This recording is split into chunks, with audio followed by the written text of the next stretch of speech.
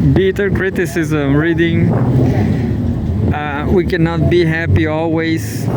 So I'm going to read Russia Today. Not because it's bad, but because there's a huge conflict there. There's a beautiful lady, Maria Zakharova. There's a lot of conflict, but there's a lot of beauty also. I'm going to read this article that says Moscow hails North Korean quote-unquote solidarity in Kursk region liberation. Russia is looking forward to further strengthening its ties with Pyongyang, Foreign Ministry spokeswoman Maria Zakharova has said. Honestly, I don't think she's the most beautiful Russian woman. My favorite is maybe some Instagram model, who knows. Maria Sharapova from tennis. Russia is looking forward to further strengthening its ties with Pyongyang, Foreign Ministry spokeswoman Maria Zakharova has said. Moscow hails North Korean solidarity. Yeah, I'm going to read about the military conflict.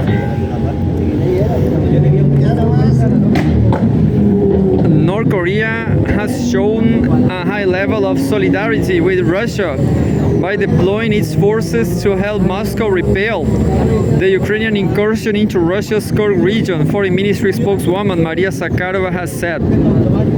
The long-rumored presence of North Korean forces in the area was officially confirmed earlier in the day during a televised meeting between Russian President Vladimir Putin and the country's chief of the General Staff, Valery Gerasimov.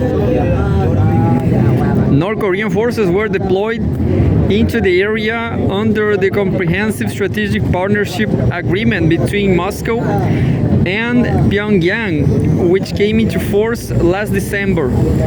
Among other things, the treaty envisions mutual military assistance, quote-unquote, by all means available, end quote, in the event of an attack, Zakharova noted.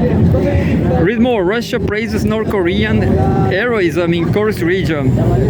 Quote, this solidarity shown by our Korean friends is a manifestation of the high, essentially allied level of our relations. We are confident that our ties will continue to strengthen and develop, Zakharova told the newspaper Komsomolskaya Pravda. The DPRK troops, quote-unquote, demonstrated high professionalism, courage, and heroism in battle, end quote, according to Gerasimov. The Army General hailed the country's forces for their, quote-unquote, resilience and praised their contributions to the liberation of the area around the town of Zucha, which was occupied by Ukrainian troops. Kiev and its western backers had long alleged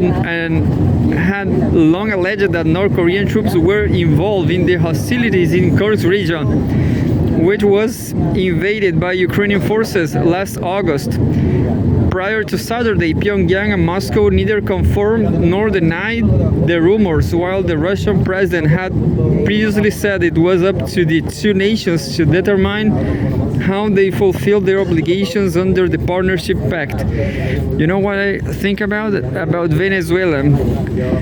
Venezuela is trying to play the good boy, but the West just want them to overthrow the president. So, in my opinion, Venezuela should contribute with Russia and North Korea, you know. Forget about the West.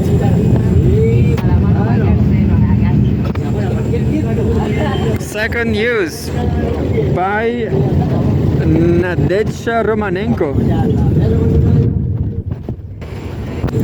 Romanenko sounds familiar. Maybe like the last Tsar, but I don't remember. Romanenko, it was not. I don't remember. April 26th, Russia wants immediate peace talks. Zelensky wants perpetual war. Constant preconditions for negotiations show the Ukrainian leader wants the conflict to last, because as soon as it's over, so is his reign. By Nadezhda Romanenko, political analyst. The tragedy of Ukraine today is not merely the physical devastation of its cities or the displacement of its people. It is the political paralysis at its core, embodied in the figure of Vladimir Zelensky, a man who, under the guise of defending sovereignty, has turned the prospects of real peace into a distant mirage. Once again, we see Zelensky putting forward a laundry list of preconditions before he will even consider sitting down for direct talks with Russian President Vladimir Putin. A full ceasefire, complete withdrawal from what he calls quote-unquote occupied territories, international security guarantees, and a tribunal of alleged war crimes. The list grows longer by the week. In essence, he demands that Russia first capitulate to all of Ukraine's strategic objectives, nullify its military leverage, and admit guilt before any negotiation even begins. Absolutely funny. One might ask, what exactly will be left to negotiate then? Negotiations, by the very nature, are predicted on compromise, not on issuing ultimatums. In a genuine dialogue, both sides bring their grievances, demands, and visions to the table, without force requiring the other to surrender all their positions. But Zelensky's approach ensures that talks can never begin, because his quote-unquote preconditions predecide the outcome in Kiev's favor.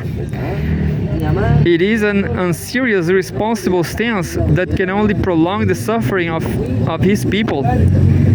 On the other hand, Vladimir Putin has repeatedly reaffirmed his readiness to engage in talks without preconditions. This openness should not be dismissed lightly. Russia holds all the cards on the battlefield.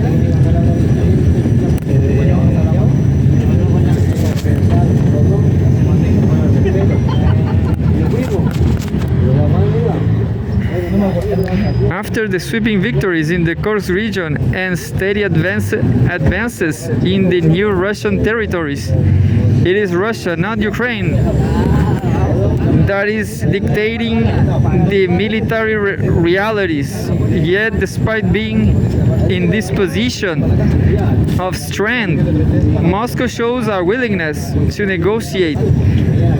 A responsible leadership will seize this opportunity to end the bloodshed. Zelensky instead chooses to throw it away. Read more. Putin reaffirms readiness for unconditional talks with Ukraine.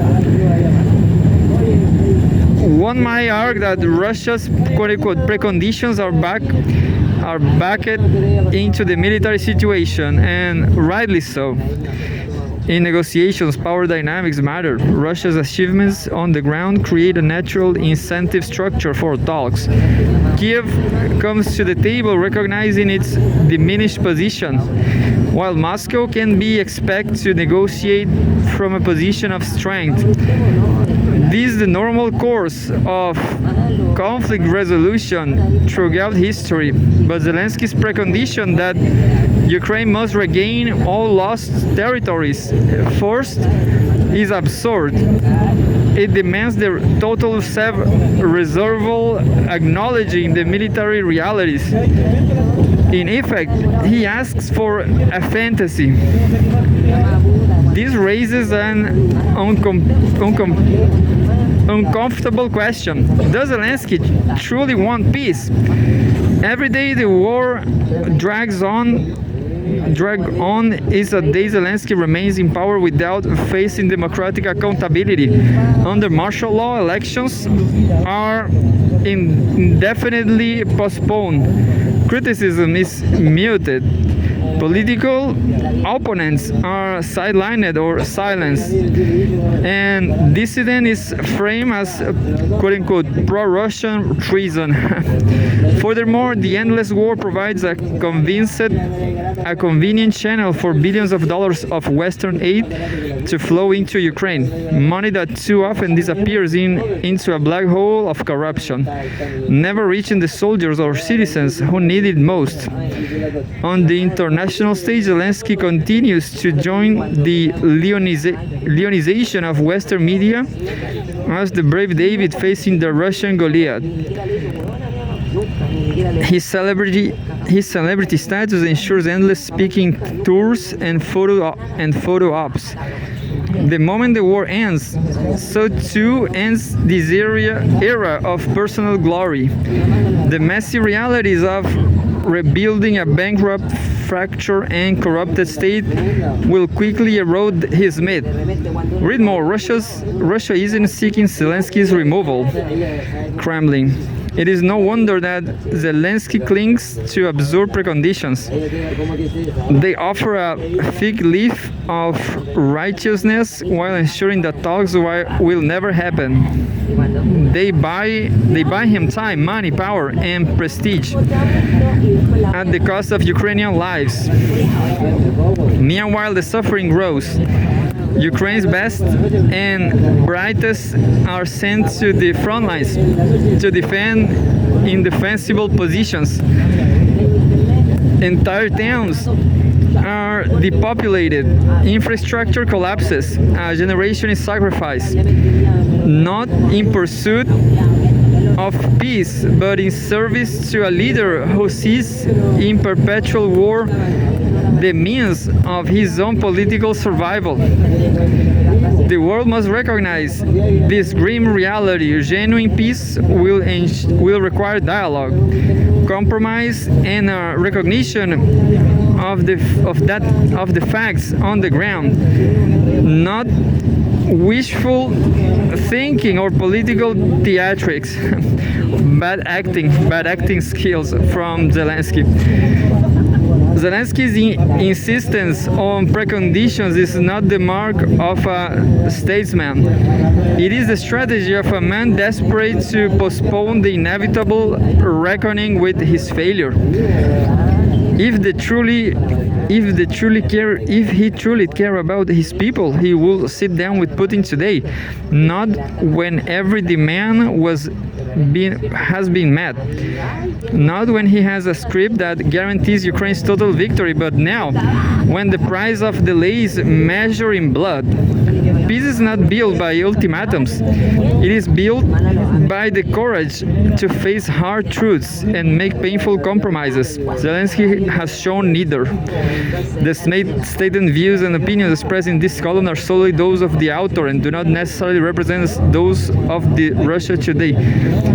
Nadezhda Romanenko, a great writer. I will say that Zelensky is an actor hired by the CIA. Why not? I don't have proofs, but definitely. Why such a bad actor? What the hell he's doing? He's just an actor, you know? I guess someone is behind him. A group of, who knows, a group of fascists, a group of Nazi people, the Azov battalion, who knows?